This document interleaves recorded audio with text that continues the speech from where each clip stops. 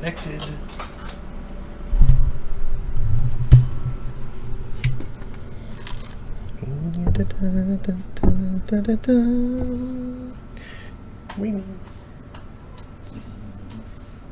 Oh, stretch Vince.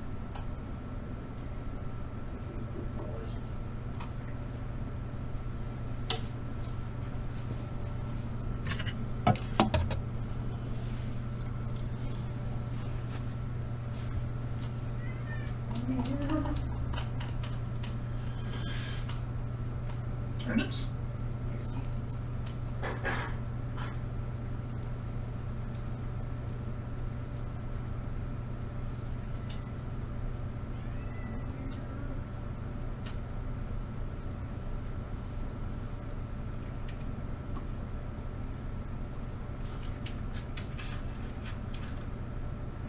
Carrier.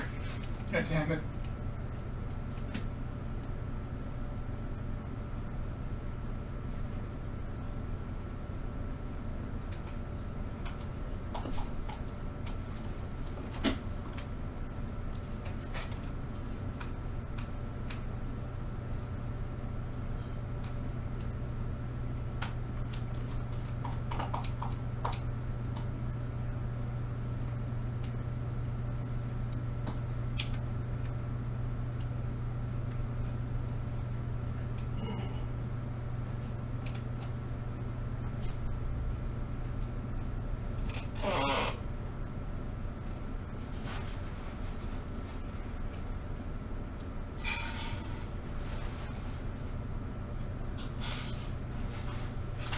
That's not what needs to happen.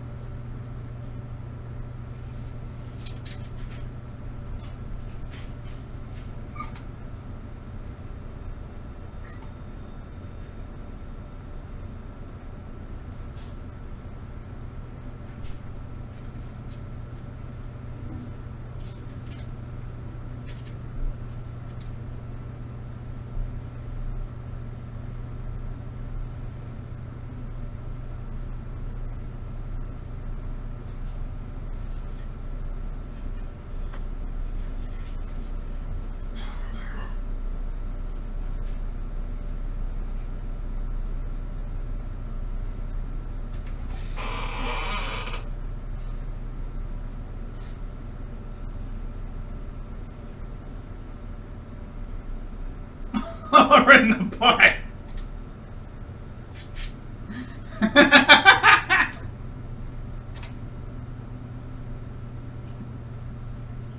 What a thing for you to burst out saying. Well, this took place. Well, hold on. I'm...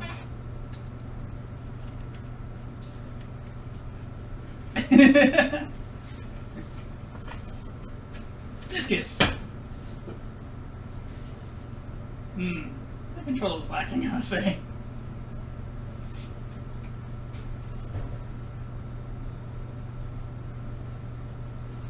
This took place.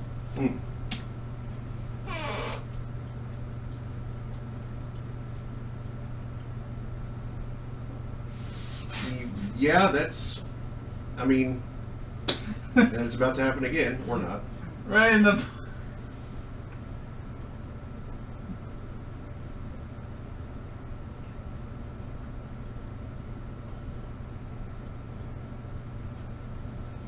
What the heck is this? Super Bunny Man. I see. A later level with minecarts. The multiplayer is ridiculous because if one player dies somehow, the end portal at the end level goes away, so Oops. you either have to go to restart via the menu, or the other player has to get killed too by like falling off of something or hitting some spikes. And the character is like ragdoll / sink into spikes while emitting blood. It can be surprisingly brutal.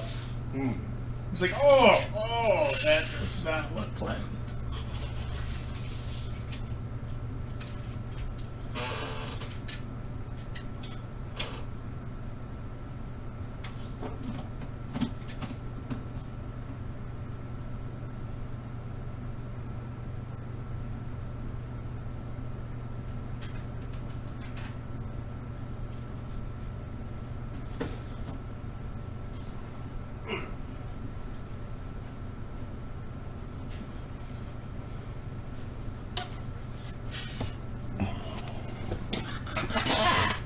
Uh-oh.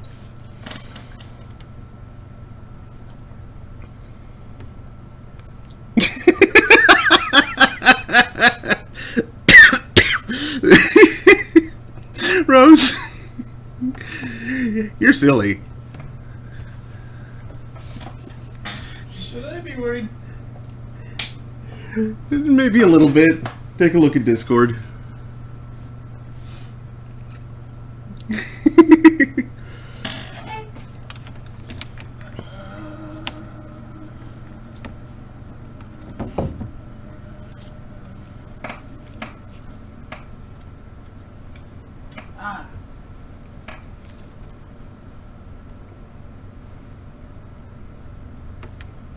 Actually, part of what I was watching. This is a stream about watching them watch other things. So what tune is that? I don't know. Also, I didn't know you're on already. I said I was. And I was busy yelling things like, ooh, write the plot. That was a couple minutes after I said I was on.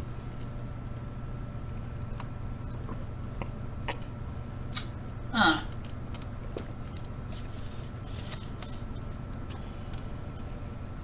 Noted.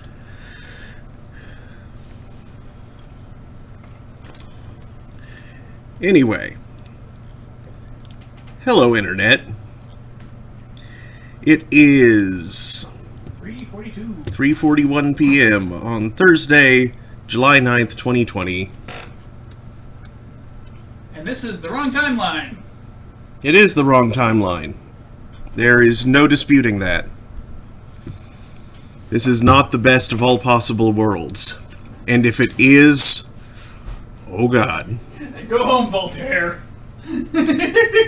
That Get out of here with that. I don't think that was Voltaire. It was. It was? Yeah, his, Like, for some reason I thought it was, like, Thomas Aquinas. And Thomas Aquinas is probably the one that came up with the best Voltaire of worlds. However, Voltaire wrote, like, a book about people insisting that it was the best of all possible worlds. A book whose name I should remember. Candide? There we go. Okay. The phrase "the best of all possible worlds" was coined by the German polymath Gottfried Leibniz. We were both wrong. Leibniz? Really? Leibniz. The guy that invented the differential? Mm-hmm. Okay. Not the car differential, the mathematical one.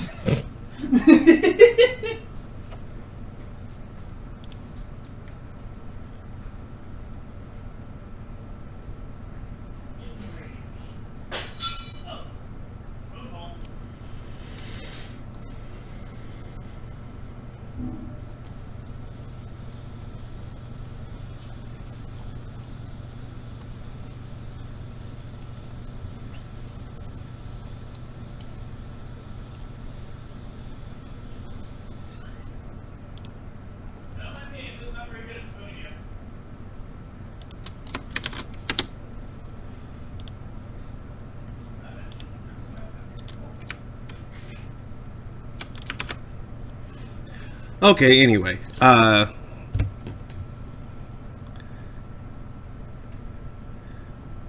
Distracted by philosophy. Anyway.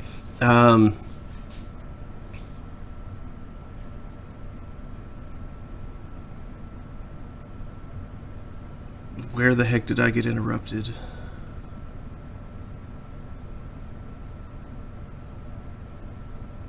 Right, I gave the time and date. I'm Mark Amstrad, DJ Amstrack, and I'm holding court. That sound you hear is Vince scratching on the scratcher. Good boy. That's Daniel. Praising Vince. Mm-hmm. And All hail KT. and making exclamations like, ooh, right in the butt.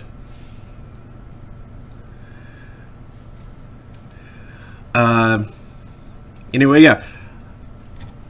So, over the last couple weeks, I guess, I've been... Aw, Vince. I've been streaming Valhalla Cyberpunk Bartender Action. Reached the end of the game yesterday, and then realized that that little plus on the title screen, I had assumed that that was like a chapter select when I noticed it at the start. What is that dance you're doing, Daniel? You're doing a weird dance.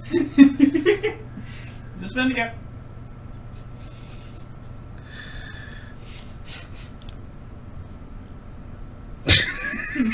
Rose, come on.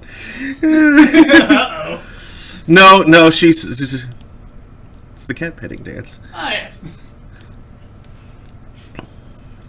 Anyway.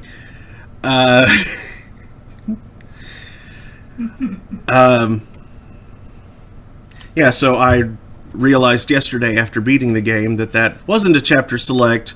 That's like an actual separate prologue that I did not encounter during normal gameplay. So we're rewinding the timeline back to before the beginning.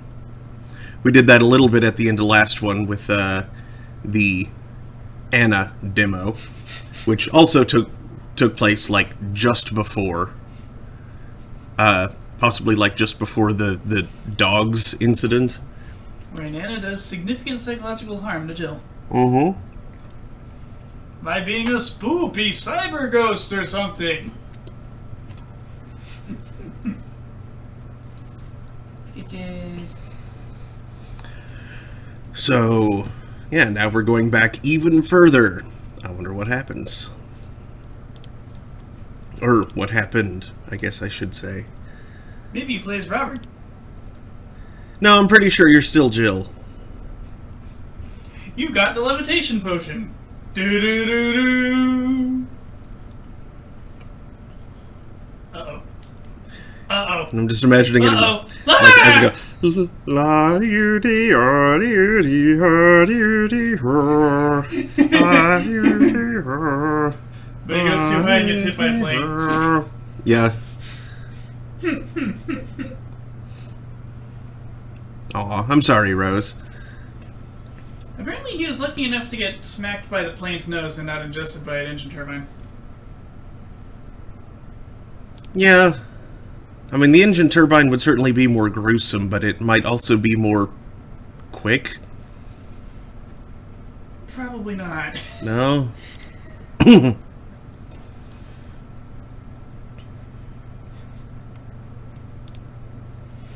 Oh, tablet. I forgot my tablet. Depending on how fast the plane is going, it might be slow enough to actually feel. Well, while the game is...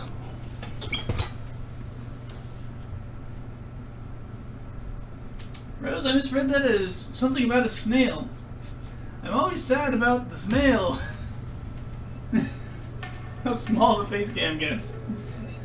I'm always sad about that one snail.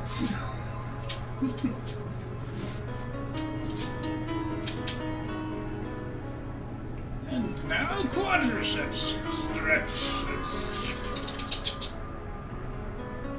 And a spaz rabbit to the right. And being sad about a snail just made me...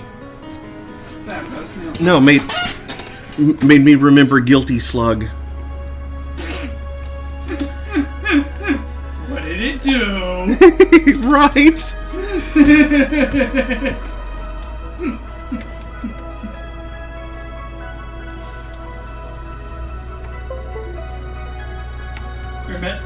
Wait a minute. Can't go the other way without running into a thing that already exists. Yeah, that's what that whole grid was. You had Metal Slug, Metal Gear, Guilty Gear, Guilty Slug.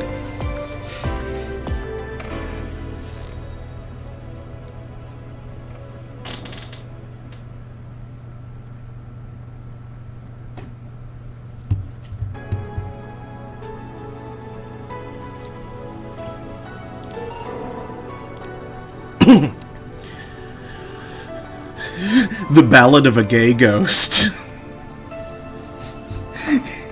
That's not the title that it gave before. It had been Goodbye Bartender Girl, but now it's The Ballad of a Gay Ghost. Goodbye Bartender Girl is the patch? Well, yeah, but it's still the same. Wait, it's the same patch level, really? Yeah, it's the same number, but it's now The Ballad of a Gay Ghost. Huh. Which I assume is talking about Anna. Must be.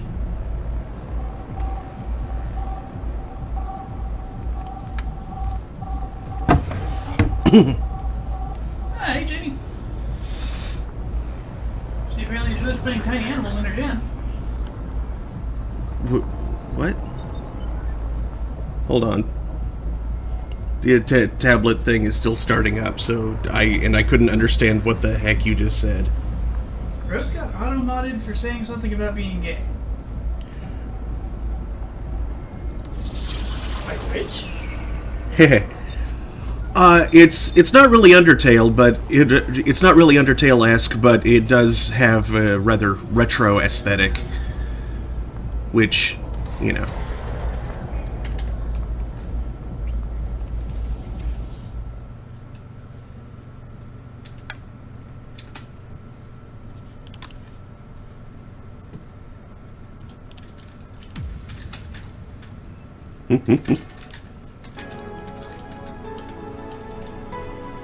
Y'all two are in the same place, we two are in the same place.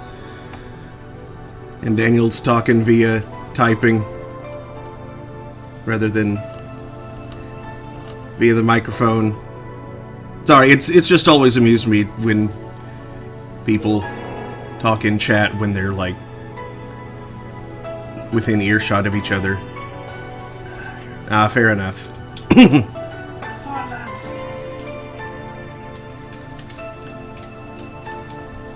Okay, let's jump back to the prologue way. Friday, December 9th. Evening. Well, at least one of my employees showed up.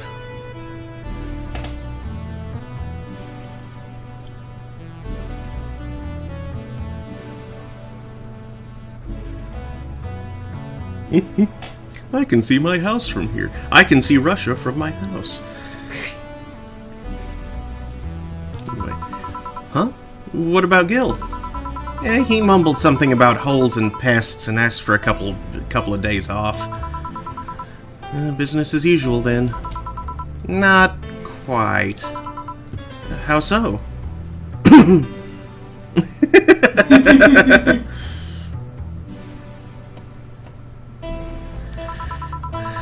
I mean us, not Gil. Business will be a tad different through the weekend. Is this the dog weekend? We got booked. That's a new one. Who made the booking? The Safar Toy Company. They make toys for dogs. Uh-oh. It's dog time. It's dog time. It's their anniversary or something like that. We usually don't reserve the bar. Why do it this time? The clients are adorable. Excuse me? You'll see. Anything special I should know? They'll give you a ticket to trade in for any drink they want. Just do your usual thing. Fair enough. I'll be in my office. Call if you need me. Sure. Well then.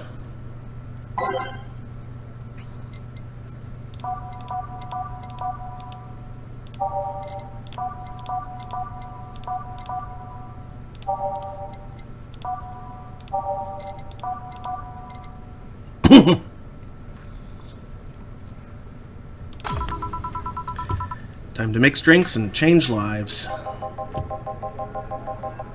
Lord Pumpelrump. Excuse me. I'll have a Grizzly Temple. Hello? A dog. A talking dog. Are you with the Safe Our Toy Company? Yeah. Did I arrive too early? No. The clients are adorable. Son of a bitch. Grizzly Temple, right? Coming right up. Son of a what now? An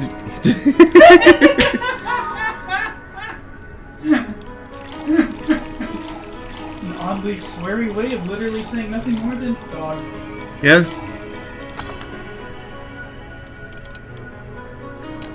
Potentially a puppy.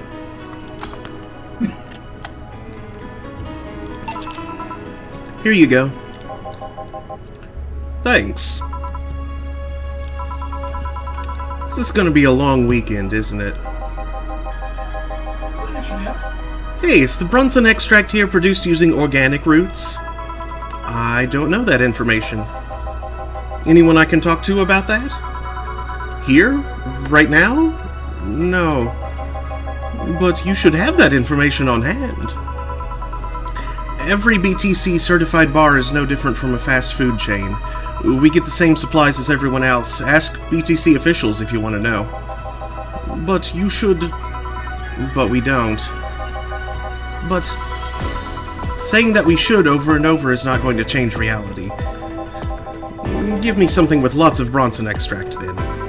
Okay. Okay. Is that not a Weirton? Yes. 2, 1...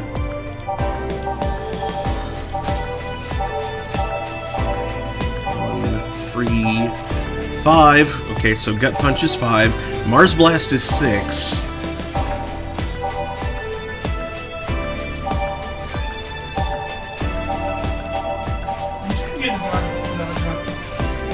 No, it wants something with a lot of Bronson extract. Ah. And Mars Blast it is. 9, 10, 11, 12... Okay, so it's already a big... We use inorganic Bronson extract. It's extruded from silica crystal.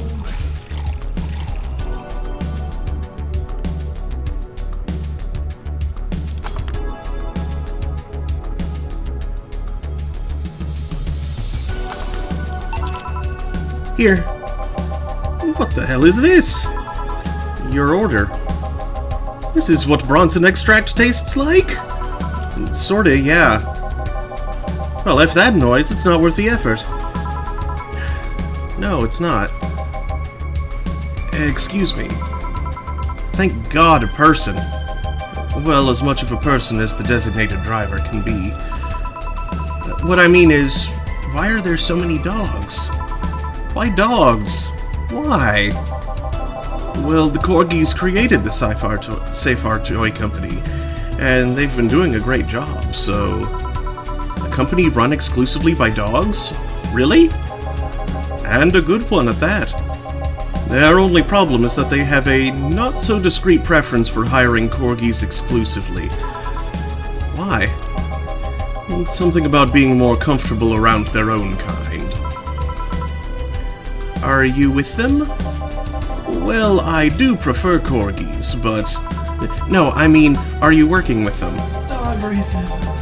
Yeah, well, I'm only here because the law requires at least one humanoid on the payroll. Does the law really cover such scenarios? Why take a job like this? Because it means I'm surrounded by Corgis all day long. Designated driver woes aside, it's the closest thing to heaven. Although, to be fair, I'm not much of a drinker anyway. I see. Well, to each their own. Are you gonna drink anything? Do you have anything non-alcoholic? Let's see what I can fetch you. Did you intend to make a pun? A pun? Never mind. Oh no, cool.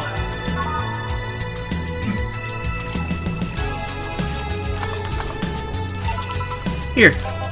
Thanks. You sure this isn't alcoholic? Pretty sure. Okay. Listen, I need to know, is it really going to be only corgis today? Is that all I'm gonna do all night? Serve the same kind of dog over and over? The vast majority of them are Pembroke Welsh corgis. There are a couple of Cardigan Welsh corgis, but the relationship between the two breeds is a tad difficult, so the Cardigans weren't invited. So yeah, I guess you'll be serving the same kind of dogs all night. No, I mean, isn't there some other human I might talk to today? There's a woman on staff, but she couldn't come today. Oh boy. Is that a problem somehow? It's not really a problem. We've survived worse than this. Like that time when an AA meeting came here asking for non-alcoholic stuff only.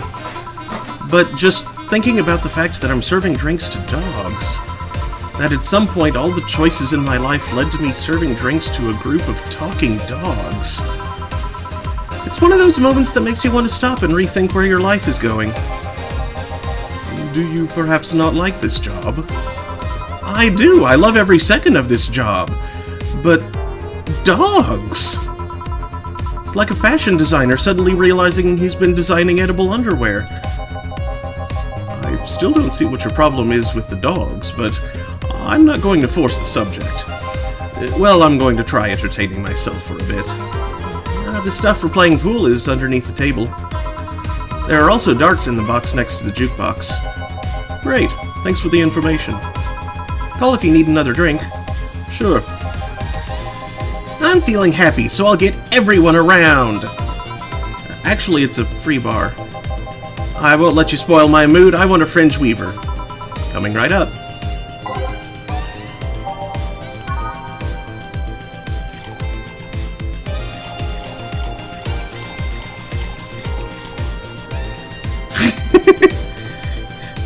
Yep.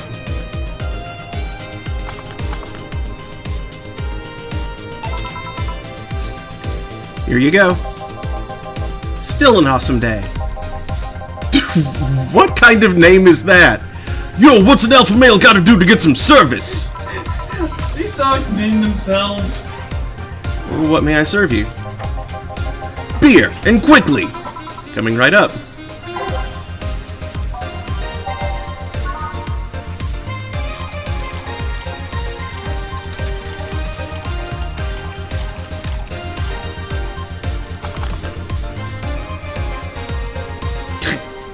Oh no! The verb I started that sentence with. Just drop the joke, and...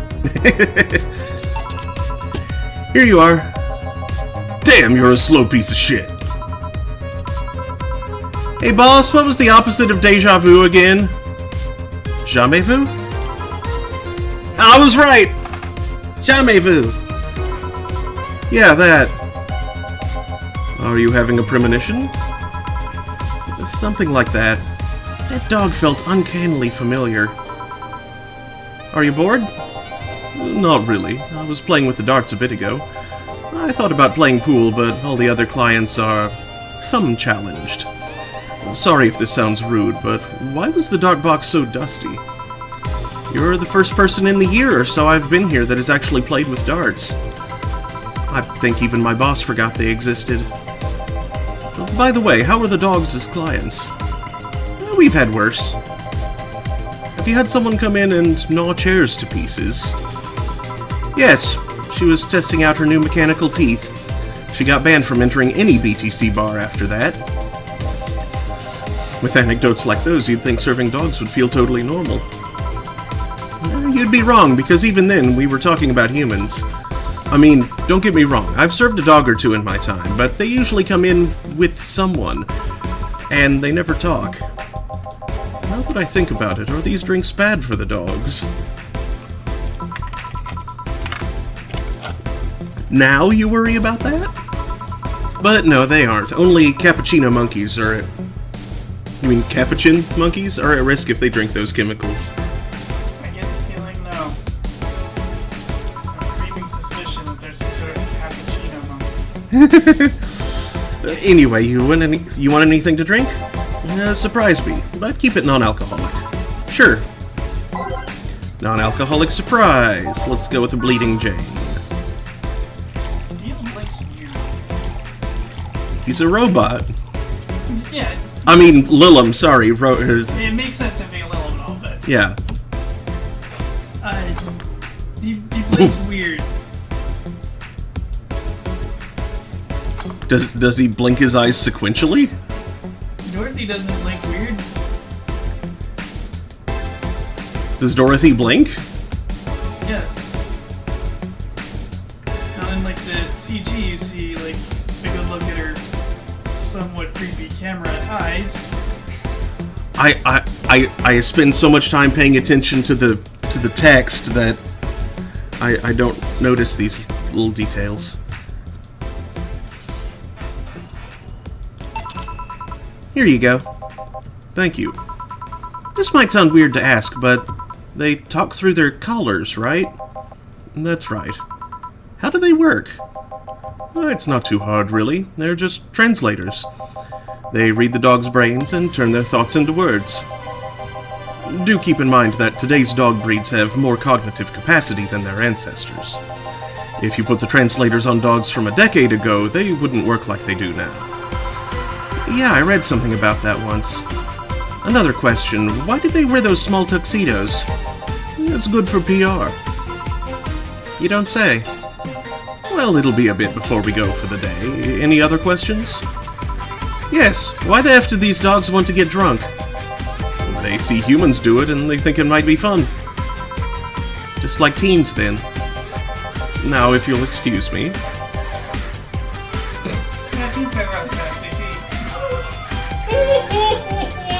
What can I serve you? Moon! Excuse me? Moon! A moon blast? Moon! A big moon blast? Moon! Alright then. Did you see the dog's name? Uh-huh. It's like Santa's little helper, but edgy. Not necessarily edgy. That's her.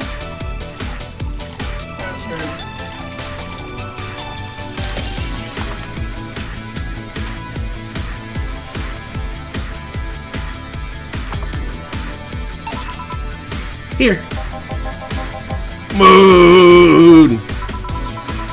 Is that a good moon or a bad moon? Hey, revisque pixe lispe. A crevice spike? Sure. Uye understand way ime? I was a kid too.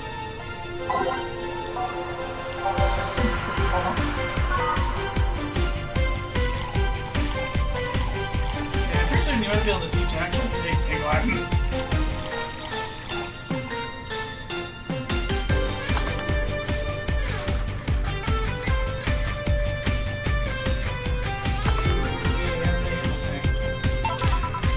Here, hey. Hanks, Tay. Alright, one more drink before we wrap things up. What do you want? Oh, I'm not picky, give me anything. Of course. Anything, he said.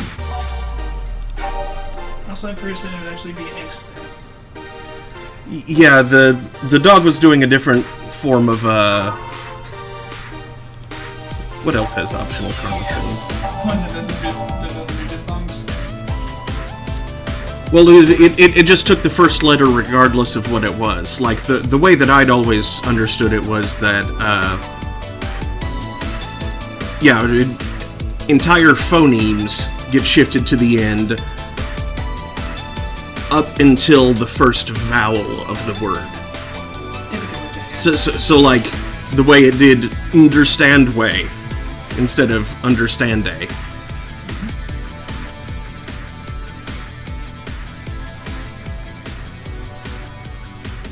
Oh, alright, later, Jamie.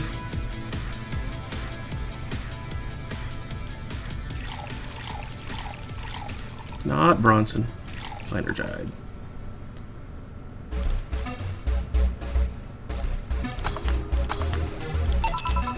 Here you are. Thanks. So, what exactly do you do? Sorry if it's rude to ask.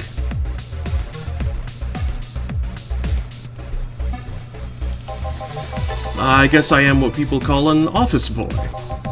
My duties usually involve looking for things, answering a few calls, that sort of stuff. But this being a dog-run company, there are a lot more responsibilities. Like getting stuff off of shelves and opening windows. At least they pay well. I see. And how did you end up in that position? Where did you get that offer? Well, my neighbor is the owner of one of the dogs. He told me they needed thumbs. Figures. They are celebrating the company's anniversary, right? Yeah, 5 years ago, 3 corgis became dissatisfied with the quality of existing dog toys. So they founded this company. They got the money from their owners, if I remember correctly. I can see that happening, somehow. The STC is the second biggest dog toy company in the world. Fun fact, they started as Safar Toy Development. Ain't that unfortunate? Hello! The bar's favorite sweetheart has arrived! Why are you quiet? I'm waiting for the audience's cheers to stop. This isn't a sitcom. Oh, honey, how innocent. Excuse me, you are? I'm the lovely Dorothy Hayes, at your Wait! You're a Lilum! Not at your service, then. And don't be rude to other clients. She's kind of a regular here. Kind of? I've been coming here religiously for the past 3 months now. 3 months! I come here to see your charming face, and you say I'm just kind of a regular? For shame, honey, for shame. I'm sorry, I guess. Nothing a free drink won't solve. Won't do. Huh? You playing hard to get? Even if I wanted to give you a drink, we're booked for the whole weekend. Don't you think you should at least put a sign out front or something? Hey, I only found out myself just a few minutes ago. She can have one of my tickets if you're okay with it. Yeah, I see no problem. Oh, you're so sweet. If you were at least 40% organic, I would give you a discount. Discount? You don't need to know. So, who booked you? This guy? The Safar Toy Company. What do they do? They create dog toys. Oh, lovely. It's also run by dogs. Oh, don't joke like that. You think I'd kid about something like that? You mean that if I turn around, I'd see dogs? Yeah, didn't you see them when you came in? I just entered without looking anywhere else but the bar. You look troubled. I'm not too much of a dog person. I even charge extra if my clients wanted doggy style. Doggy? You don't need to know. I'm gonna take this ticket and trade it in next Monday. I'm leaving right now. The ticket would have expired by then, though. She looks like the kind of girl that will hold you to your promise regardless. Is it that obvious? Well, I have to gather the cabs outside. Keep it up, bartender. Good night. Yeah, you too. Good night. Come again. All right, sirs. The night's over. You have kennels you need to return to. All done? Yeah. Boss, how do you end up being booked by dogs? I know some dogs myself. Huh. And you told me we're booked the whole weekend, right? That's right. Please bear with it. We're all doing our part after all. Yeah. Well, I gotta go for today. Bye. Take care. Evening. Day 2 of serving dogs. Are you ready? No. Cheer up. No. That attitude won't make things easier for yourself. Serving dogs won't ease things either. Have you heard anything from Gil? Nope, but he should be having fun wherever he is. Also, did you know we had darts? Yeah, I did. Why didn't you tell me? Because that's the kind of stuff you should just assume. A target board usually comes with a set of darts. Do you like darts, boss? Not particularly, but now I owe an apology to someone. Anyway, call me if you need anything. Sure. Well then.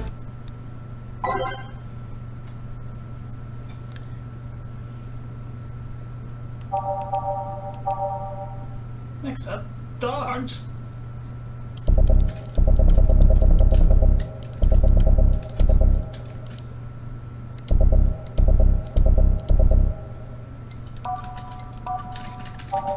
Oops.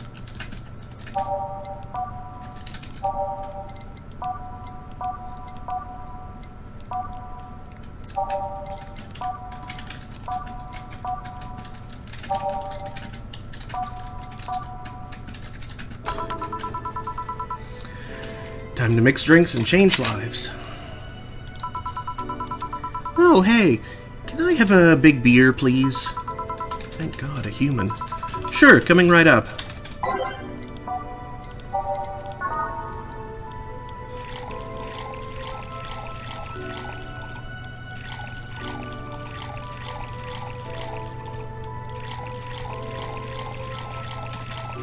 So dogs are racist to each other, and it kind of sounds like Jill's racist against dogs.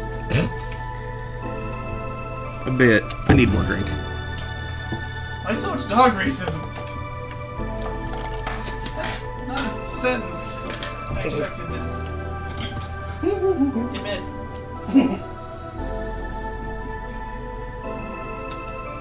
My facial regions.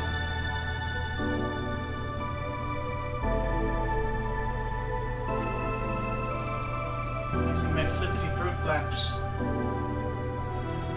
They go like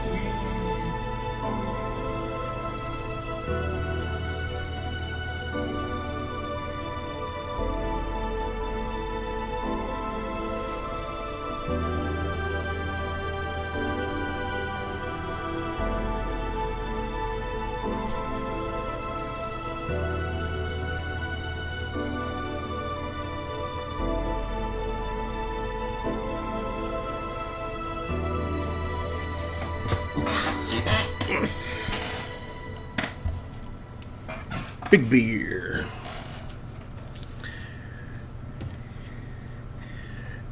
Big beer's forceful hand. Or whatever.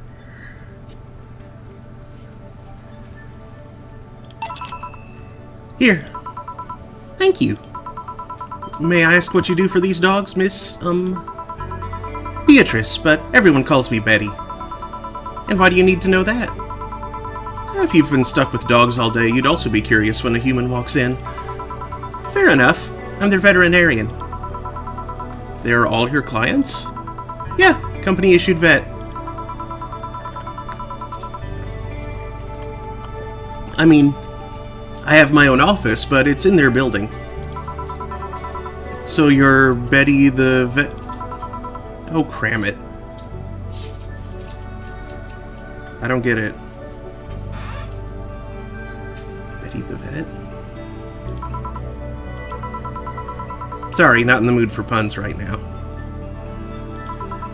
I'll keep it in mind. Anything else I might need to avoid bringing up around you besides puns? Enhancements, but that's harder to shove into the conversation in the first place. Noted. What do you have against enhancements, anyway? They're unnatural. They go against the very idea of human evolution. But there's a certain wall that humans can't cross without enhancements. It's not like having something replaced will automatically make you an expert in things. If anything, getting an enhancement sets you back until you get used to it. Yeah, but it just makes things too easy on paper. Anyone with money can replace their body parts and call it a day. But you have a point. Skill doesn't ship with enhancements, At least, not yet. Sorry for the outburst. I have my story with enhancements.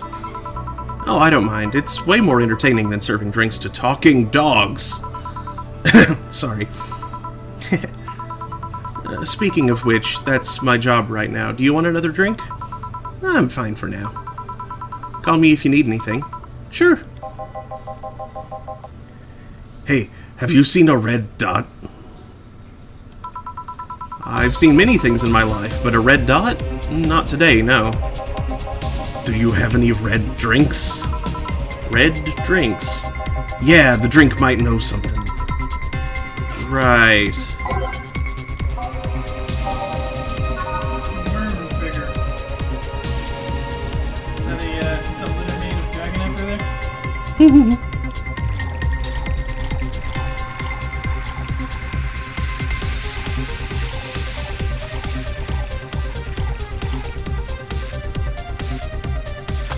These dogs!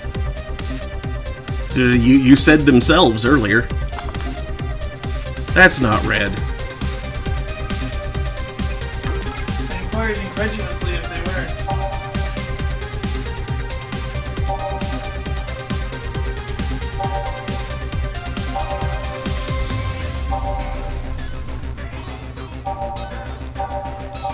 were. Okay, well, I know a Sugar Rush is red.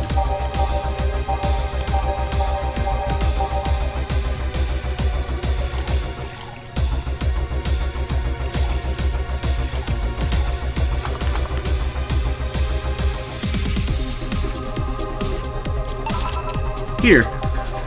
Thanks! Okay, punk, hear me out. You're gonna tell me where that red dot went or I'll drink you. I'm not bluffing. I'll drink you all up.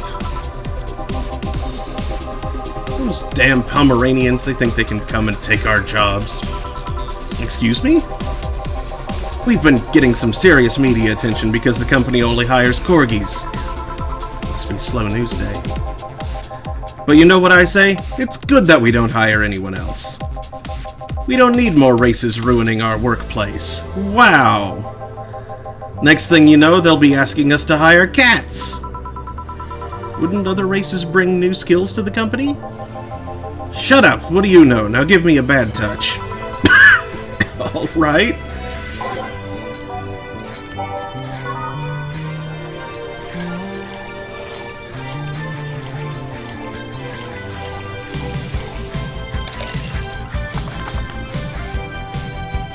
Uh-huh.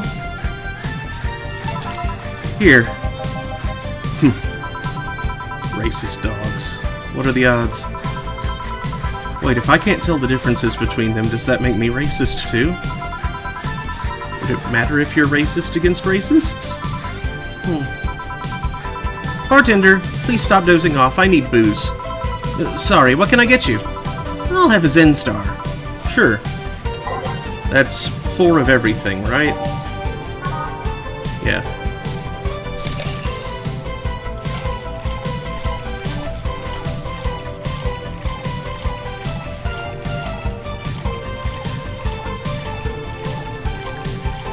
Make me one with everything. Here. Thank you. Something on your mind? Willing to lend an ear? Yeah, it's in the job description, kind of. Alright then. So, you mentioned the thing about talking dogs. I thought... people throughout the ages have always dreamt about talking to animals. Never mind the fact that we could always understand their body language. Now that we understand them, what do we find out? They're just furry, adorable little office workers. Actually, scratch that. I've yet to meet a furry office worker with half the charisma of these little guys. You've met furry office workers? I've seen my share of the world, Bartender. Sounds like you're tired. It's fleas and tick season. I am tired. So you're don't you dare. Well, this whole free bar thing is nice, though, I guess. It would have been nicer if we actually had time to get properly ready. What do you mean? I found out about the booking yesterday as I was getting ready. Did the client ask for something special? Was there something I needed to know about them? My boss didn't specify anything. All she said to me was, pretend it's like any other day. That was a screw-up on our end, sorry. They were desperately looking for a place to celebrate. I was actually surprised to find out they got a place. Why all the sudden plans? Did they forget their anniversary or something? We found a place, but the Cardigans were the ones that hired it. Then some stupid argument arose, and the Cardigans decided they didn't want to have any Pembrokes at their party. I swear to God, these dogs are like annoying little suburban kids. What are these Cardigans I keep hearing about? Oh, just another kind of corgi, except with different fur colors and a slightly different attitude. All of this is so silly. I've seen dogs play with cats, dogs play with other dogs, and dogs mating with dogs twice their size. Well, that's what happens when you have dogs mimicking their owners. I mean, that's the reason they are in a bar in the first place. But I guess the media focus on Pembrokes probably didn't help. Well, if you'll excuse me, I have dogs to... yeah. Oh, yeah, do your job, don't mind me. Tortilla Pope?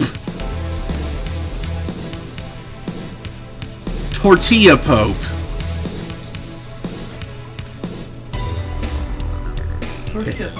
Hey, buddy. Hello. Who's a good boy? Who's a good boy? You? I am? Whoa, thanks, buddy. What can I serve you? Well, a big sunshine cloud would be nice. Coming right up.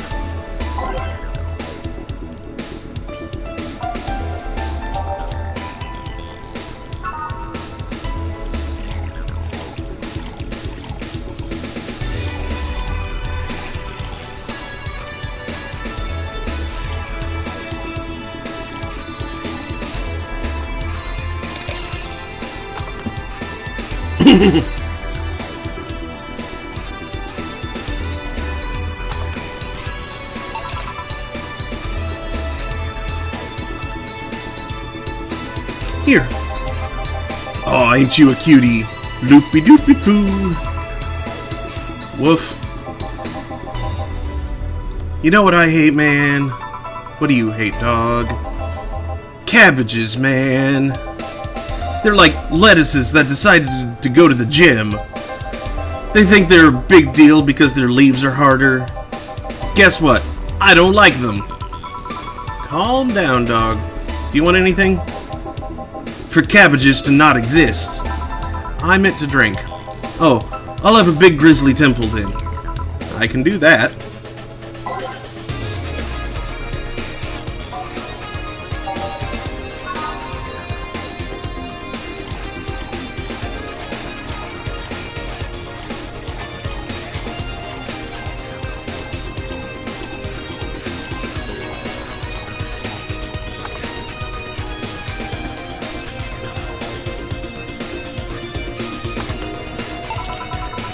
Here you go. Chill out for a bit, dog. Thanks, man. Bartender! Yeah? You have anything sweet? We're talking about drinks, right? Are you hitting on me? If that's how you want to see it. Let me see what I can get you. Make it big. Do you like them big, Miss Betty? It's not the size, but how you sell it. Gourmet food exists for that sole reason. Wise words.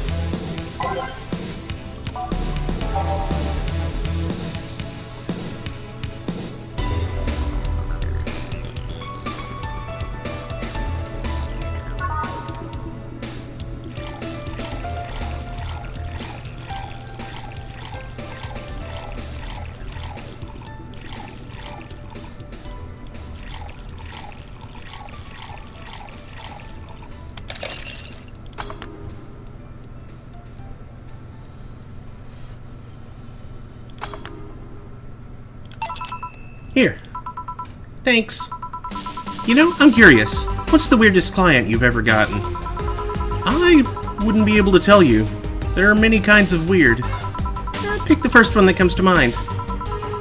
Well, there was this one guy that spent 30 minutes arguing with himself before ordering. Well, that's not that weird.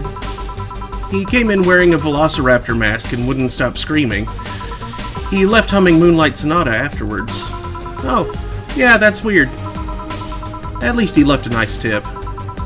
Speaking of anecdotes, can I ask what's your story with the enhancements? Why the interest? Because it seems like a personal thing. It doesn't sound like it's a question of ethics.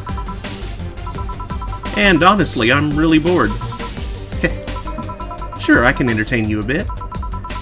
Back when I was a college freshman, some friends of mine decided to get their hands enhanced. It was around the time we all started practicing surgery. They just wanted to bypass all the practice needed. And so they hired this shady character who would supposedly hook them up. I only talked one of them out of it. The others went off with the guy and got their hands chopped off. This is one of those stories that ends badly, I'm guessing. Yeah, 4 girls underwent shady surgical procedure. 2 lost their hands, 1 was left an arthritic mess, and the last died on the operation table. So yeah, I'm not too fond of enhancements.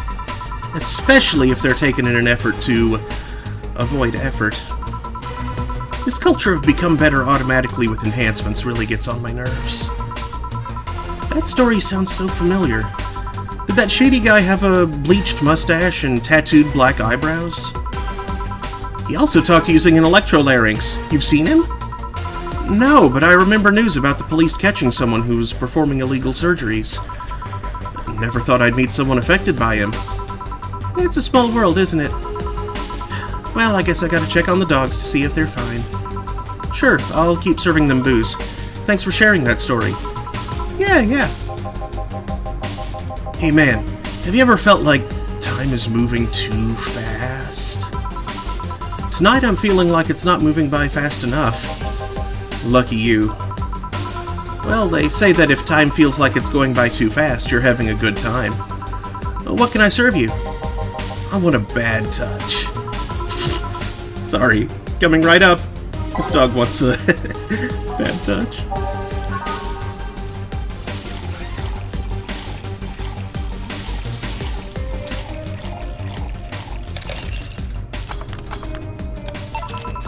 Here you go. Have a good time out there. Maybe you're right. Thanks. Bartender. 1 Brandtini, please. Sure. He's dog 5. Mm-hmm. Could we even say simply for dogs?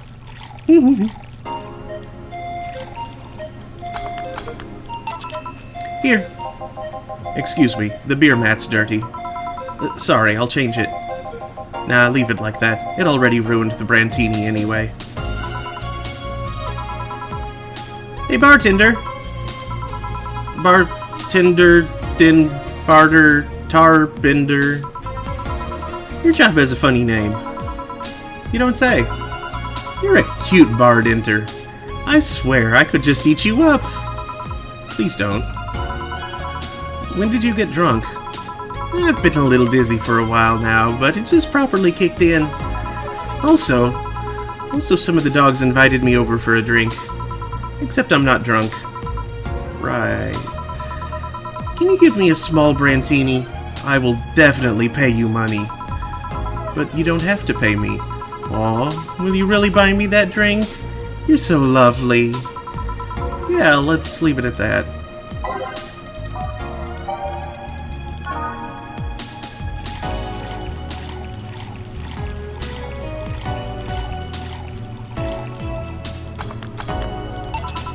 Here. Shucks, this is smaller than I thought. You're in no position to drink anything more than that thimbleful. Maybe you're right. Hey, what made you become a veterinarian? I love animals. They are so cute, so funny, so huggable. I want to keep them happy. That's why I became a veterinarian. Not always easy, but the knowledge that I've helped these cute, cuddly, squishy animals lets me sleep like a baby at night. Lovely. Speaking of love, have you ever been in love, Randbert? Haven't we all been in love at some point in our lives? Why? I need advice, and you look like a nice person. Sure, thanks. Actually, it's about someone who is really focused on his job, so I figured you'd understand. I see. Still, what do you need to know? How do you get the attention of someone like that? Of someone that's so hyper-focused on something he disregards everything else? Taking an interest in whatever he's obsessed with is a good start, but there's really no science to this. Make him feel loved and special, just like you would do with anyone else. You sure? He's like really, really, really obsessed. If he's a decent member of society, yeah, I see no problem with that. I hope you're right. I'm fresh off a breakup and I seriously need a hug.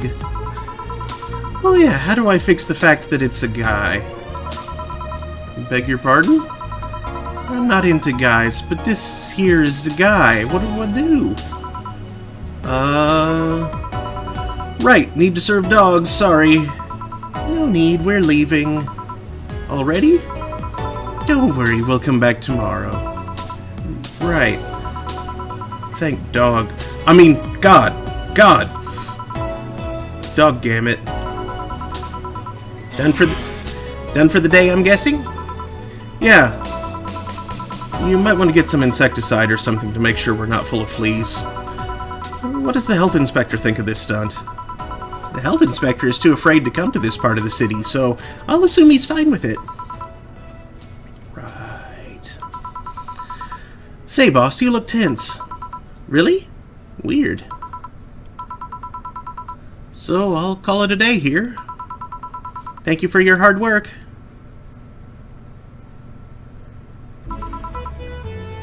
Evening. You look bummed, boss. Starting tomorrow, there will be no more corgis in our bar. Why wouldn't I be sad? Maybe because starting tomorrow, there will be no more corgis at the bar.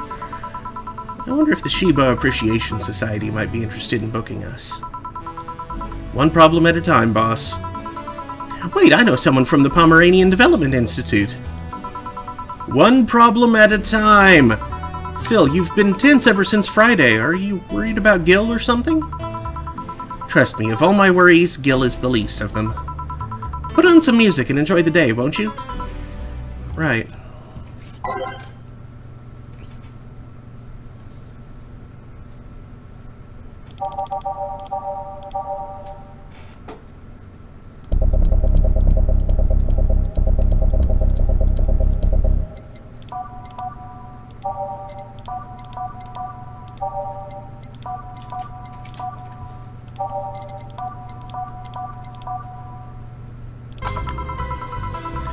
Time to mix drinks and change lives.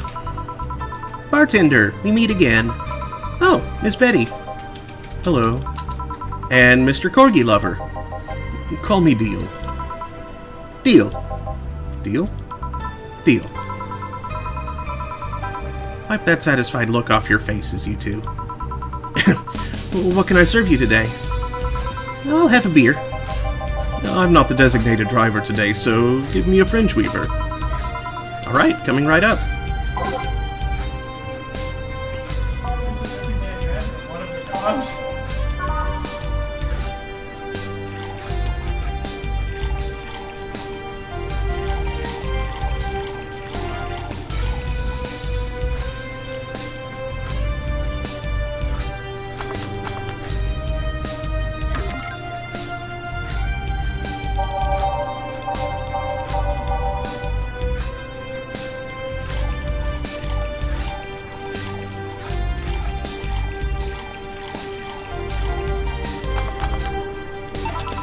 Here. Thanks. Thank you.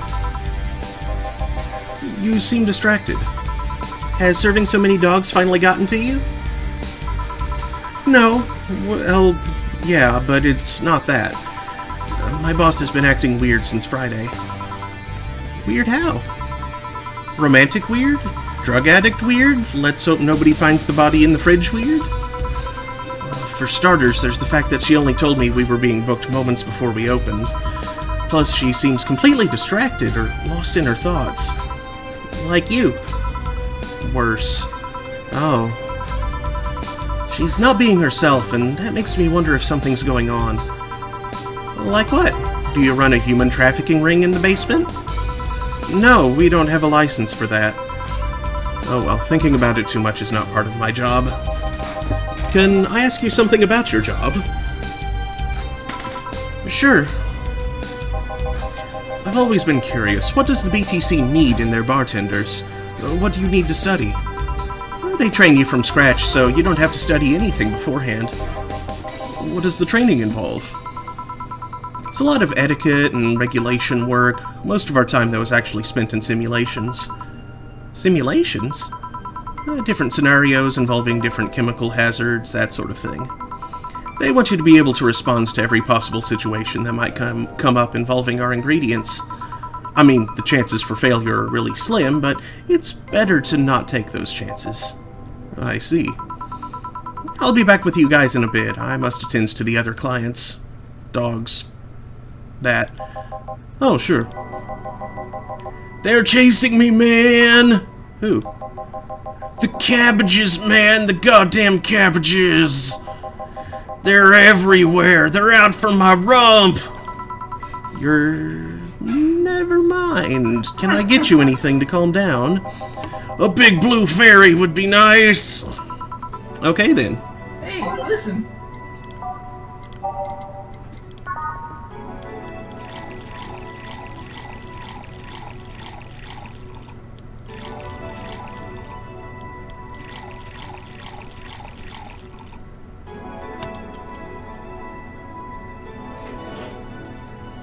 He hasn't had a drink yet, so I don't know what his deal is.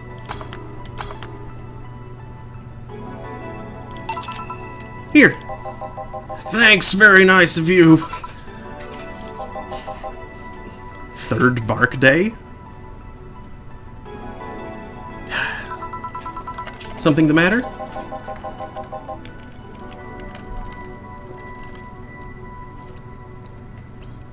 Nothing a drink can't solve. Not sure about that, but it's hardly my job to preach sobriety. What do you want? Give me a gut punch. Okay.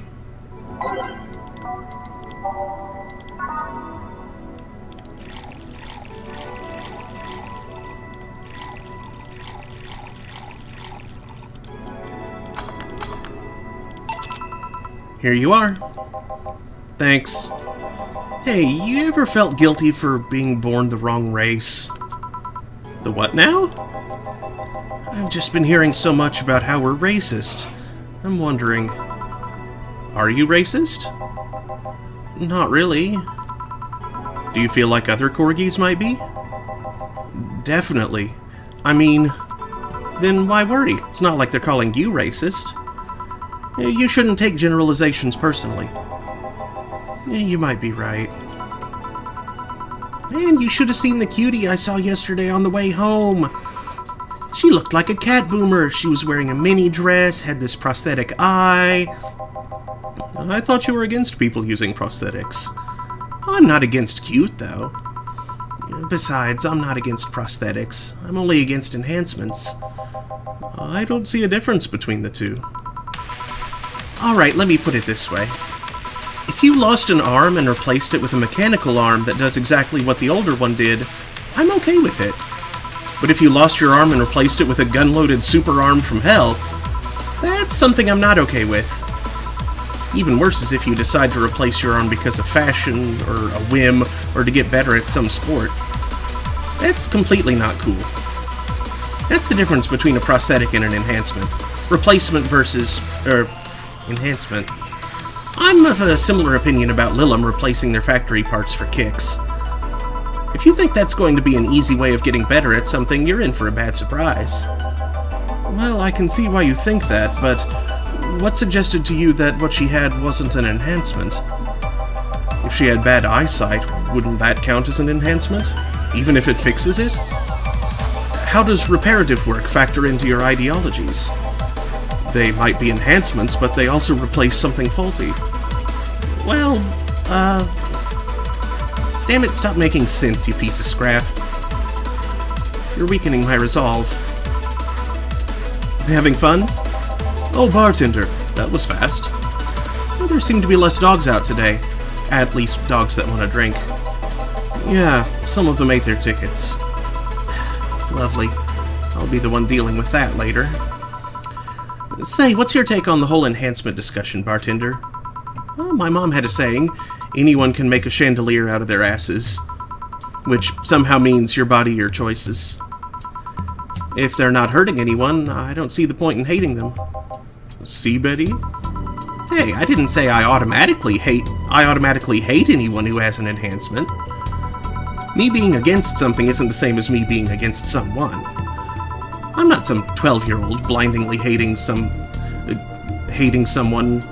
because of something like that. Maybe you should practice what you preach. What does that mean? I fear retaliation, so I'm not saying another word. Are you two gonna order anything? I'm fine right now. She's drinking mine, actually. Alright, call if you need anything else. Sure. Let's see. Ow! So much for avoiding retaliation. Poop eater. You're not gonna believe me. I was in the bathroom, and this other dog was looking at me from the top of the sink. You mean the mirror? No! Another dog! I see. What can I serve you? You're not gonna do anything about that other dog on top of the sink? I'm sure he doesn't want to hurt anybody, don't worry. I hope you're right. Well, I want something really sweet. Coming right up.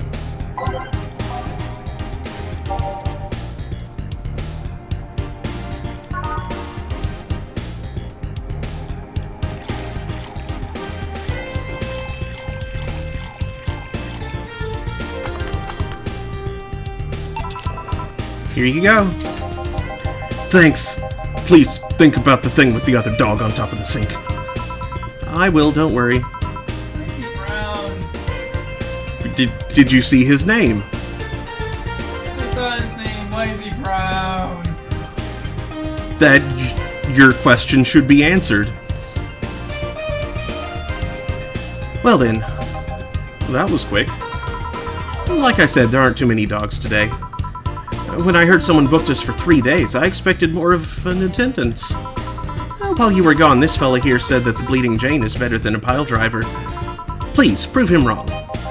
All I'm saying is that I don't see the point in drinks that feel more like a kick in the mouth than a beverage. What do you think, Bartender? Do you think there's any point in discussing non-alcoholic drinks in a bar? In my opinion, people who order a bad touch always make me giggle like an idiot. Always make me giggle like an idiot, though.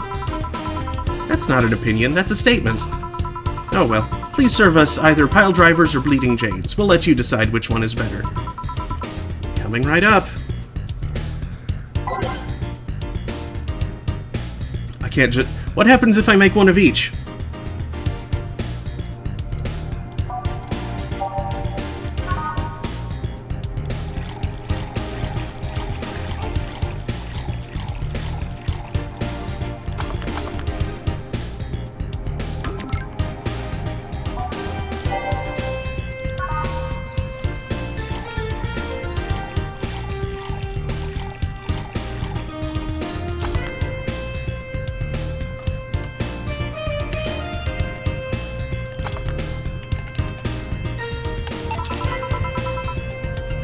No fighting this way, right? Oh, you're quite the softie. Just kidding. Nice choice. No complaints here. How did you two end up discussing that? Well, it started when I told this guy that I wasn't as crazy about the idea of working just for corgis. Why don't you like corgis? They're cute and fluffy and funny, and they just, like, make you smile. Tell me one interesting thing about them. Legends say they were created by a fairy and that their breed was raised to fight dragons. Oh, you have to be kidding. No, actually, I heard that one too. Really? Still, I can't see why you're so tired of them. I don't know. Maybe because I only ever deal with them at their worst. You've only seen them in their happy state. I'm the one running feces samples and unclogging their sphincters if they eat their owner's dental floss. I might be their veterinarian, but they treat me more like a mom and not in a good way. It's like being a gynecologist. After a while, you stop seeing boobs and vaginas. Instead, all you see are issues you must fix. At least they're cute issues. It depends. A gynecologist can't pick clients by age or preferences. I was talking about your job. Oh, yeah, that too. Still, I don't think it's so much that I'm tired of them as it is I'm tired of you being so obsessed with them. I'm not obsessed. I'm passionate. You sleep with a corgi plushie and have a wall dedicated to photos you've taken at the company. I'm really passionate? Too much passion can become an issue, you know. Speaking of issues, did you talk with the directors about the whole cardigan conflict? I was gonna do that tomorrow when they're all together. But I still don't see why I should be the one doing it. For starters, they don't take me too seriously. Understandable. I don't take you seriously either. I mean, in the end, they're still dogs. They need someone with a strong, commanding voice. Are you saying I have a naggy voice? No, not your voice, just your entire demeanor. So I have a naggy demeanor? I'm assuming you two are talking about the whole race conflict. Yeah, this is hurting them more than they think. The company might actually collapse at this rate. Which is terrible because a couple of these dogs' families are dependent on their paychecks. Doesn't that count as unethical and unusual treatment of animals? It's a bit of a legal gray area. The dogs are doing it willingly, after all. And even if they weren't doing it willingly, the dogs aren't actually being mistreated or exploited. In fact, the company's pretty relaxed. Speaking of relaxed, how's Jurgen doing? He's fine. Still complaining about his back.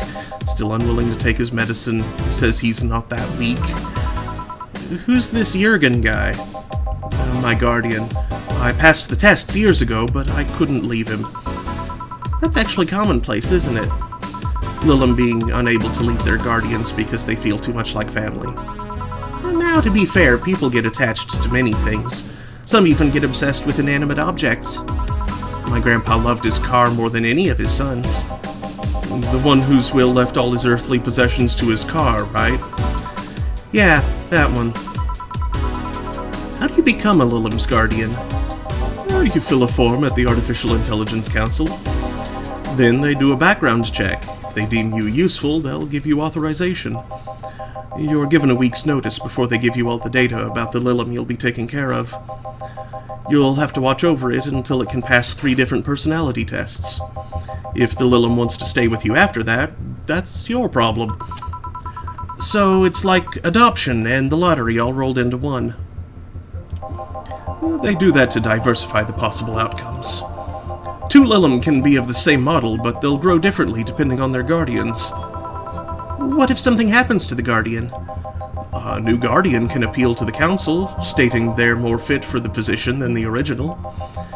This happens when a guardian has become unavailable in some way, or because you can back up claims of neglect or maltreatment. You spit out all that information like it's hard-coded in you. I worked in that department for some time before coming to the STC. It's almost a reflex. Are you interested in becoming a guardian, Bartender? I don't know. I'm just a nerd when it comes to AIs in general. The money they give you for it is not that great, though. I see. Well, time to check on the dogs. Listen here, punk! Sorry, I didn't mean to call you a punk. It's just... I was chasing my tail and now I'm too hyper to control myself! Sorry. Just give me anything. Alright.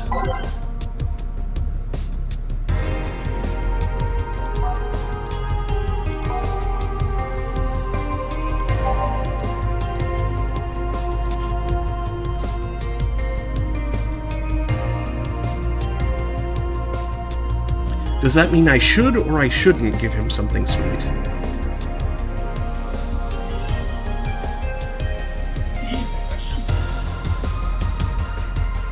No.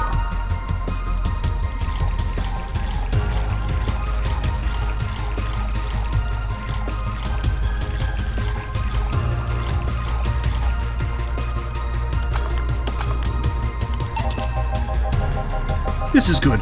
Very good. Very good. Very good! Huh. No, see, I can see the value of other dog races. Like Pomeranians, those are nice, but they aren't corgis. Well, yeah, I can understand that. I mean, remember that cute girl from yesterday I mentioned earlier? Yeah. The White Knight that was with her? She wasn't half bad either. I mean, it was obvious that a tapestry of muscles was hidden under her armor. I prefer more delicate-looking girls, though. You can appreciate how something looks, but that doesn't mean it's necessarily your thing. And you, Bartender? Me what? Which dog race do you prefer? That's not the question I was expecting. Not much of a dog person, actually. Do you have any pets? A cat named Four, yeah. He's just a stray I rescued. Do you like rescuing girls, too? I'm sure I should be making a witty retort right now, but I'm just gonna go ahead and say no. Weird. I've always thought that the rescue fantasy was universal. Why call it Four? Four is a Lilum I met some time ago that... never mind. Oh, is that the name of that one? The really old Lilum. Pretty lame name, if you ask me. Better than calling it Asshat. Or a shat. I bet when you and Four play, it's quite the sight, eh? He's so lively, sometimes I fear Four shadows my presence entirely. You guys want to lose consciousness that much? You really need to calm down with the whole pun-hating stuff, Betty. But to move away from this whole foreground, what is this rescue fantasy you mentioned before? You know, the one where wayward, dangerous souls redeem themselves through the power of love. The bad boy who turns away a life of crime. The drug addict girl who lived on the streets and turned tricks until she found a good man worth changing for. It's corny romance cliches 101. Well, you're the one with the shelf full of old lady romance novels. I'll trust you on this. Hey, Fabio the 13th is a national treasure. You don't even like guys. Why do you read all those novels?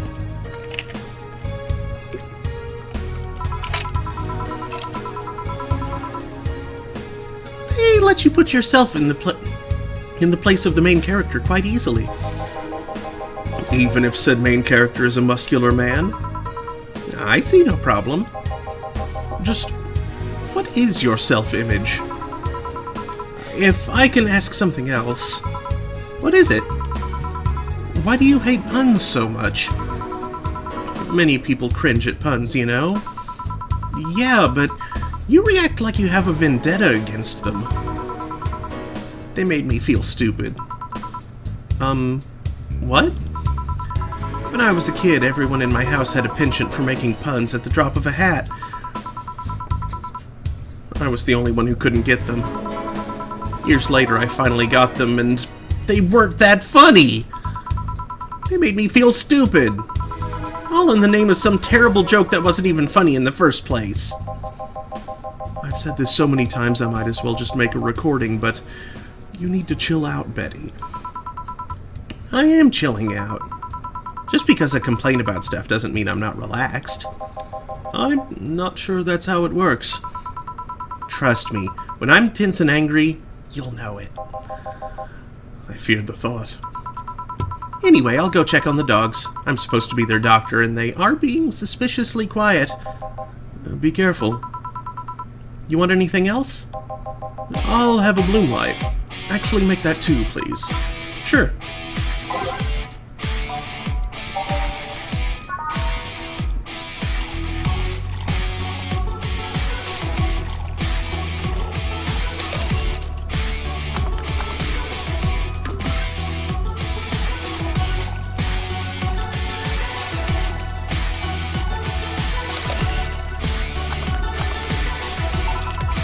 Here. Thanks. Say, you two seem to get along quite well. Well, when you're the only sentient humanoids in the entire company, it kinda happens. Sentient? We have a couple of test mannequins and cardboard cutouts, so... I see. It seems there's more to it than just that, though. I mean, even if you two are the only ones of your kind, you can still hate each other. Well, I guess I'm one of the few that can stand Betty. She's a really nice person, but she doesn't sugarcoat things. Yeah, I can see that. You should see her treating those dogs. She becomes so patient and understanding, even if it's only for a little while. The dogs don't call her mom to mock her. Can dogs mock people? I don't know. Even if it's only for a little while. You were eavesdropping? So you can say nice things once in a while. You say it like I'm the aggressive one here. It's nice hearing people say good things about you once in a while, you know? You should take your own advice. Maybe some other time. I'm not a hug box. Anything happened? A dog in the bathroom got angry at his reflection on the mirror and charged into it. Luckily, nothing bad happened. It just made a dog very confused. How the hell did they get on top of the sinks? They are surprisingly agile, even with those stubby little legs. Oh yeah, I ordered you this. Ah, thanks. By the way, Betty, how's Veronica? We broke up last month. What? Well, things were not going so well. We got too used to one another. Everything was starting to become routine. We decided to break up before things got bitter. And why didn't you tell me that before? Why? Did you want your turn at the Betty-mobile? I don't know. I guess I just didn't want to trouble you. And after a while, it stopped feeling like it was something relevant to say. Please don't do that again. Try trusting me. Yeah, you're right. You know what bothers me? The fact that asking after someone's health always feels like you're walking on a floor full of glass shards. There's always this chance that the other person is not okay, or even dead. And what started as a legitimately fun moment can go sour. Oh, that's foreshadowing.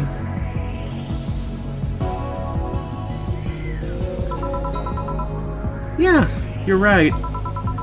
Sorry for not trusting you, you piece of scrap. Don't worry. I understand why you did it. Hey, now that I think about it, you sure hang out with us a lot, Bartender. Well, dogs can only be so interesting, and besides, there haven't been as many dogs today. Is my presence unwanted? Not at all, especially since you're the one bringing the booze. You're like those cab drivers that like to chat all the way, but you smell better than most of them. Thank you. Funny thing is that we're unofficially associated with a local taxi line. They're the ones that send drunkards to their homes.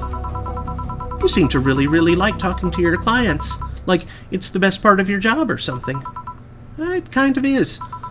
I used to sit around in crowded places like malls or bars and think to myself, each and every person here has a story. It's a humbling experience.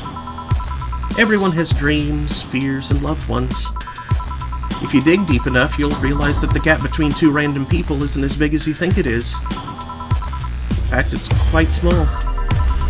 And in this job, you get to hear all kinds of stories. Some people just blurt it all out, some do it while drunk. To know that no matter how similar they might seem at first glance, no two people are alike, it's fascinating. You could be a powerful information broker with all that knowledge. Nah, not interested. I like to see myself more as a friendly ear rather than someone you need to be wary of. I guess there's still decent folk out there. I'm not decent? You're critically obsessed with dogs! I'll go check if there's any other dogs who want something. Sure. Go ahead. Quick, a beer! Okay.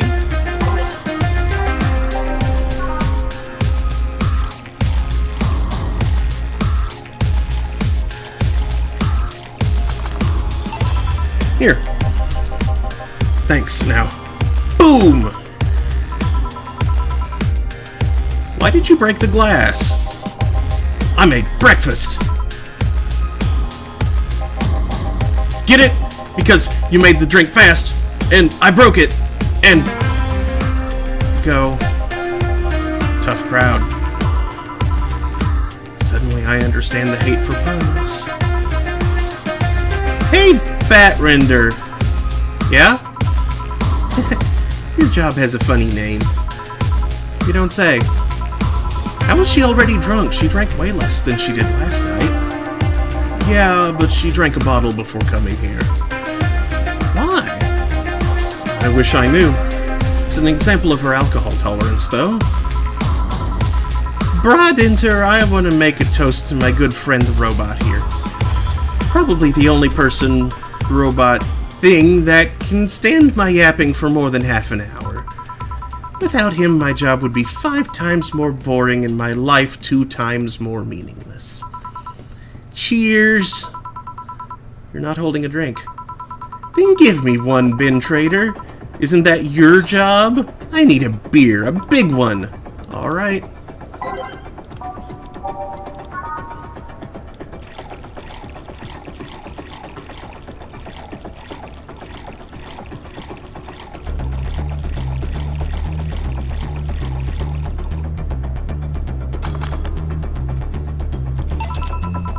Alright, cheers! I said, cheers! Cheers. Cheers. Good. Beers. Grumpy when sober and a sweetheart when drunk. Seems like she's been like this since her university years. You make it sound like those were a decade ago. I can understand liking the taste of alcohol, but what's so good about getting drunk? First of all, I'm not drunk. You're too happy. I'm a happy person. When drunk. Anyway, it's something you just can't explain. You just like it. Your body needs it. Craves it. That's called being an alcoholic. I prefer the term alcohol enthusiast. Anyway, humans actively look for things that make them feel lightheaded. Why else would they leave some poison in potentially poisonous foods, like that weird balloon fish thing? Why would they eat spicy food or drink fermented milk? Seriously, how crazy does someone need to be to say, hey, let's eat this and see what happens? Worse yet, they've even found medicine among all that junk. The one that invented penicillin was probably the worst of them all. Fair enough, but see, that's proof you're drunk. If you were sober, you would just say, hell if I know. Silly robot. Now that I think about it, what kind of robot are you? Lilum? Lilum always sounds too feminine. Okay then, what manner of piece of scrap are you? You don't know? Never cared, but now I'm curious. Oh, well, you won't remember it tomorrow. I'm a DT-01D, a social development robot. Is that like the DFC-72s? No, DFC-72s are designed to be as physically human as possible in order to blend in with humans better. My line is more tailored for resilience. We are work Lilum. Why must you be cursed to only one destiny from the moment you're born? You can do whatever you want, silly robot. Follow your dreams. I know, I am already doing it. Being created or hardwired for one duty only means you're more adept at certain things. Giving robots freedom of choice, that's the whole purpose of the ADN law.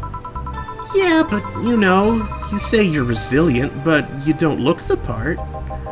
True, I never upgraded my muscles, but I can stand up to 200 degrees Celsius without breaking a sweat. Lilum can sweat? Cooling agents, yes. No matter. You're still special to me, no matter what kind of robot you are. Lilum. No matter what piece of shit you are. Speaking of special, how come it isn't legal to marry a dog yet? Excuse me, what? If humans are allowed to marry robots, Lilum, they should be able to marry dogs too. Abtrender. That's me, I think? This guy here wants to bang a dog. Mock him. Excuse me? I do not. I was just saying that if humans are now allowed to marry Lilum, why shouldn't they be allowed to marry animals? Because first of all, they're not humanoids. What about monkeys then? And now you want to bang a monkey? I do not. And second of all, dogs, just like many other animals, can't give you consent. But look at these dogs. Sure, they have the cognitive abilities of 7-year-olds, but they can talk, drink booze, and argue. So now you want to bang a 7-year-old? We have a regular here who would be delighted to hear that. Stop it! Remember, Lilum human marriages were only sanctioned after the Lilum achieved full sentience. And even then, they used marriage as a way to evolve the collective source. Besides, dogs don't really love us that way. Trying to apply human ideas like marriage to a dog is like trying to feed vegetables to a carnivore, you get me? Says the ex-vegetarian. Why are you only so smart when drunk? I'm not drunk. But anyways, if you want to screw a dog or a chimp, go ahead. Just don't bring marriage or infants into the whole deal. Deal? But if you even start thinking about doing the horizontal mambo with the 7-year-old, please seek some mental help. But I don't want to bang dogs, or monkeys, or 7-year-olds. Well, thank God. Then why did you suddenly start talking about dog-human marriage? It's just, I was thinking about all these dogs in tuxedos, and I started picturing a dog in a bridal dress. I mean, just try and picture that. And I'm the drunk one. Wait, I'm not drunk. Why would I say that? Then again, when you get drunk, you only get dizzy. Do you have a limit? As in, a limit to how much you can drink before passing out? No, I just get disoriented to the point I'm effectively useless, but I never pass out. Maybe if I passed out, I wouldn't have to deal with all the shit that follows. I always have to wait at least 24 hours before the effects pass. One has to wonder why they gave all those human flaws to Lilum. I read something about that.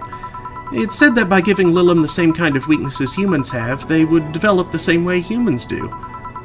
So that's why they also bite their lips randomly when eating. Seems like it. But it makes me wonder, exactly how anatomically correct are you? That's something I know and you don't. Any of you want anything else to drink? Yeah, I want nothing. You're drunk enough as is. You're not my dad. You can't tell me what I can or can't do. Beatrice Albert, stop drinking right now. Yes, Mom. Now go sleep in the car. We're almost done here. But, Mom... Go. Bye, Dad Nerder. Bye, Miss Betty. It actually worked. If I didn't know she wouldn't remember anything tomorrow, I'd be afraid of retaliation. Although I'm curious, why do you call her Miss Betty? It makes her sound like a teacher or something. Etiquette? I don't know. There's also something about her that makes it feel right to call her that. Maybe it's the forehead. I see. Well, I gotta get things ready, if you'll excuse me. Good luck. Hey! We're closing. Damn it! Well, everyone's safe in a cab. We are taking our leave, Bartender. Thank you for providing such great service on such short notice. That's my job. You were interesting too? Well, thank you. I'll make sure to tell all our associates about the wonders of this place. Thank you, and please come again. We sure will. Send my regards to Miss Betty. Gladly. See you later, then. Bye. All done? Yep. Seems like we got some new regulars. Yeah, it'd be nice if they came back. or that we're still here when they want to come back. You've been acting weird all weekend, boss. Are you okay? I am, but the bar is not. What do you mean? Well, I guess you have the right to know. The BTC sent me a message on Friday. Valhalla hasn't been bringing in much income these last few months, which means that we are at risk of being wiped off the map. And that ends the prologue. Prologue.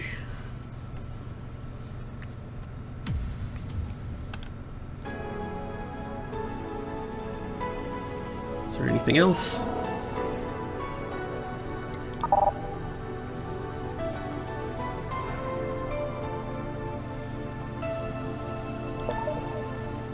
Looks like no. Alright then.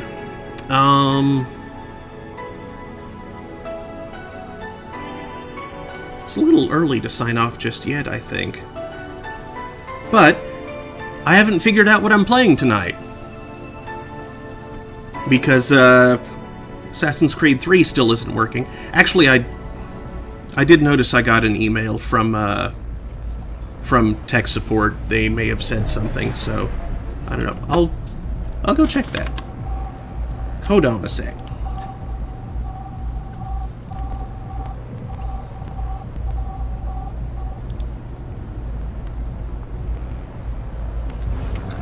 Do.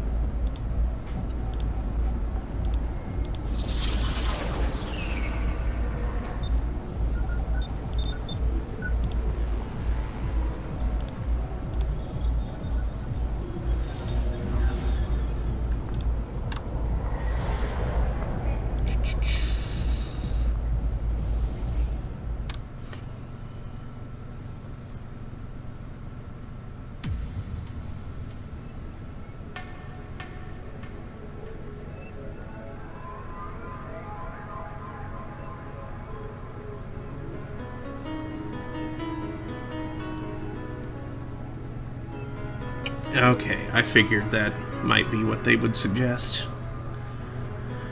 I don't know if I have space on that drive, though.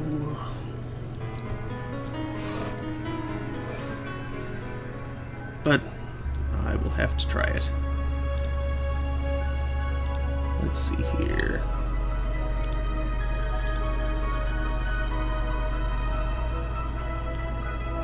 Butter.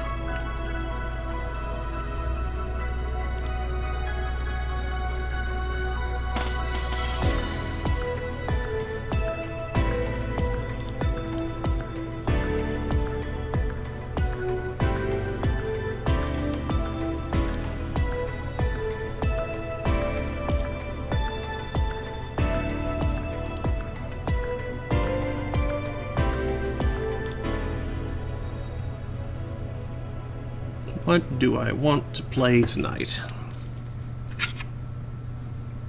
Any suggestions, chat?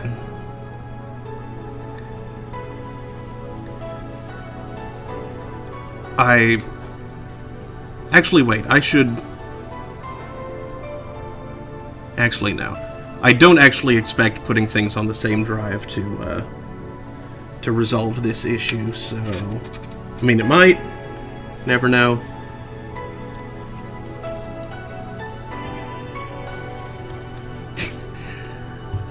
I've already streamed all that, though.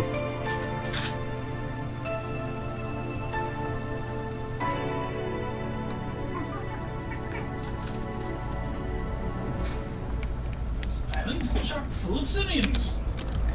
Still there.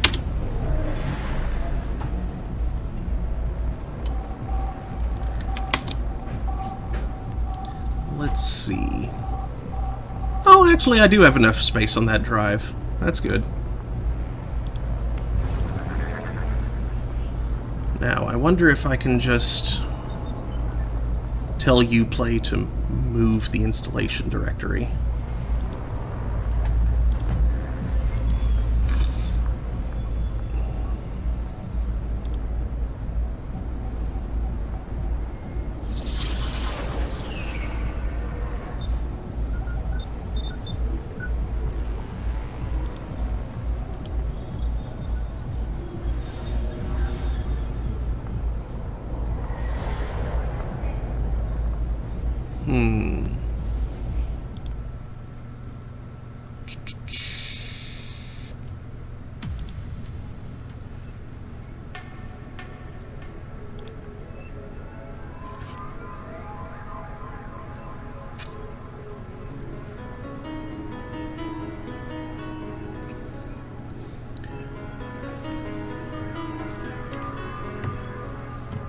And like, I feel like I would rather do something that's not just like strictly a one-off, but something that isn't terribly long either.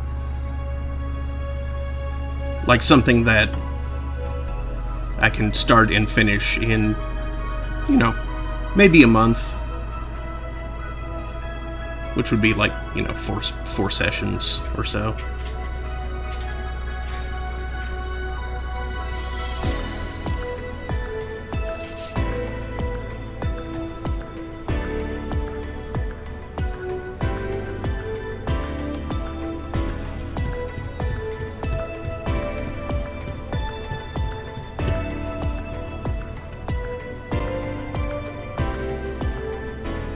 I don't actually have any LEGO games.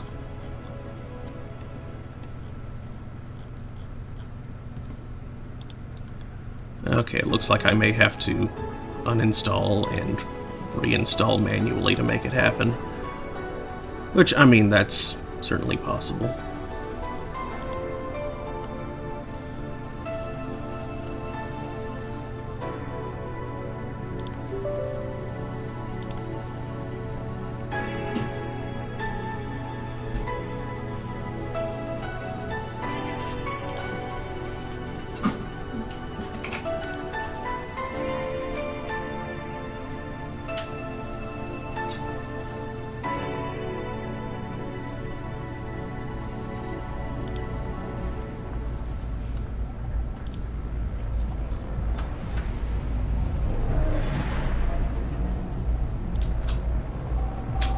Oh, I could have just copied and pasted and then told it locate installed game.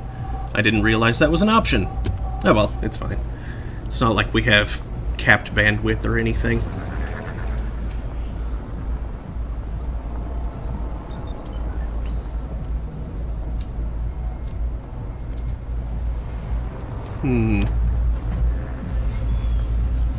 There's the new Chex Quest HD.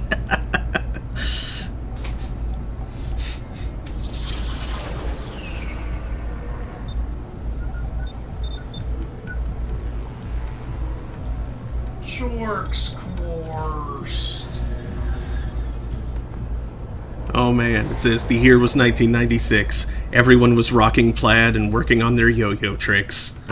Yo-yos were popular back then, weren't they? I remember that. Uh-huh.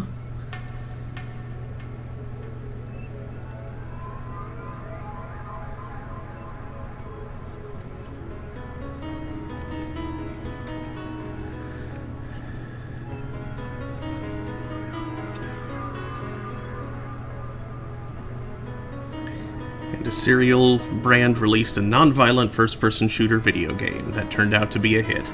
Those were the days. Chex Quest was originally built on the Doom engine by a community of artists and developers as a passion project. That passion has kept them updating the game ever since, and ultimately inspired the launch of Chex Quest HD, which you can play for free on Steam. I have such fond memories of that game.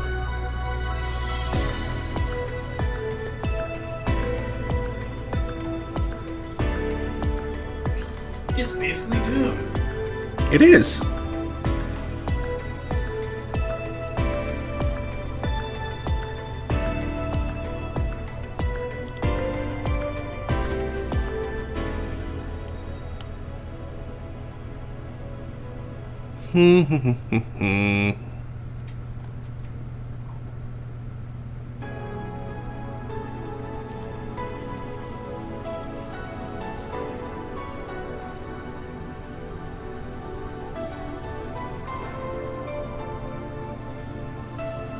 Hey Rose, do you have Stellaris?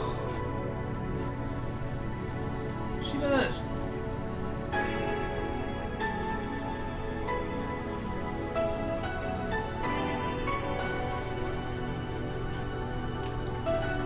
We should Stellaris sometime. Not necessarily tonight, but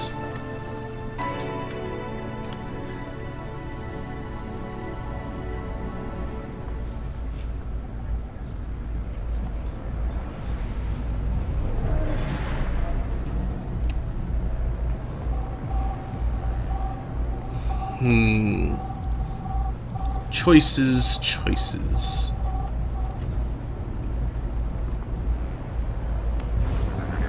Yes, I think Rose has lunch because that's where I got it from.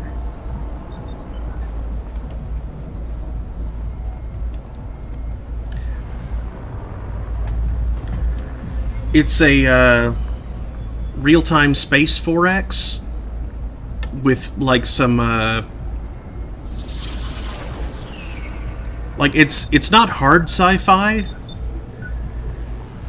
It's not like space fantasy either, but it's definitely it's got some interesting story stuff that may or may not unfold as you play.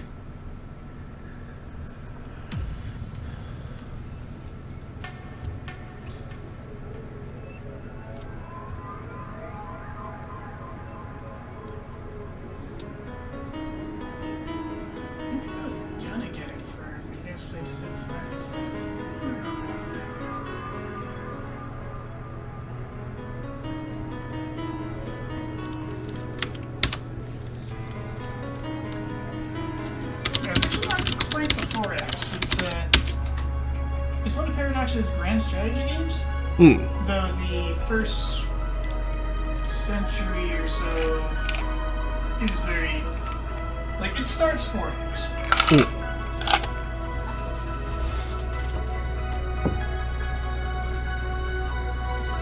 There's plenty of exploration and expansion to be done. But after a bit, the galaxy becomes full. Right. Things get different.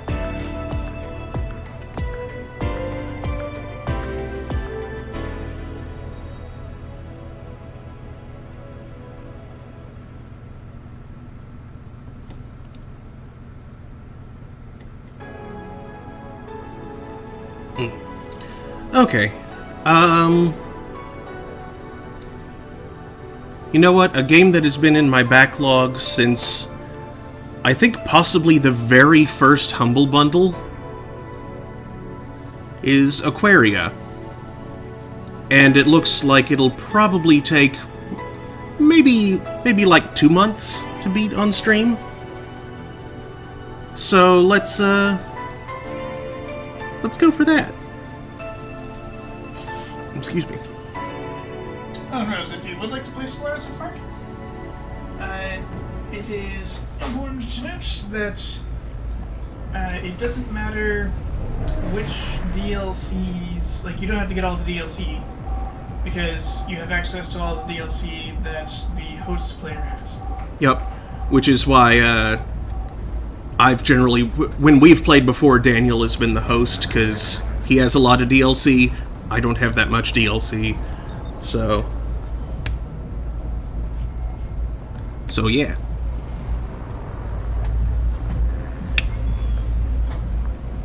Alright, cool, yeah. So unless this, Assassin's Creed reinstall miraculously fixes things, look forward to Aquaria tonight. I'll go ahead and sign off. Bit of a short stream. That's fine. Thanks for watching, and I will see you next time. See you tonight, in fact, 9 p.m. Eastern. And, right. So yeah, Thursday Throne tonight at 9 p.m. Eastern. It's probably going to be Aquaria. If we're really lucky, might be Assassin's Creed 3. And tomorrow, I'll be back aiming for 3 p.m. Eastern as usual, and I'll be starting Valhalla Kids, which I was surprised to learn about. It's a spin-off game of this that began as an April Fool's joke, an alternate universe where they all go to the same high school and they're solving a mystery. And it sounds delightful. Zoinks. So, yeah. Good night, everybody. Well, good evening. See you later. Bye.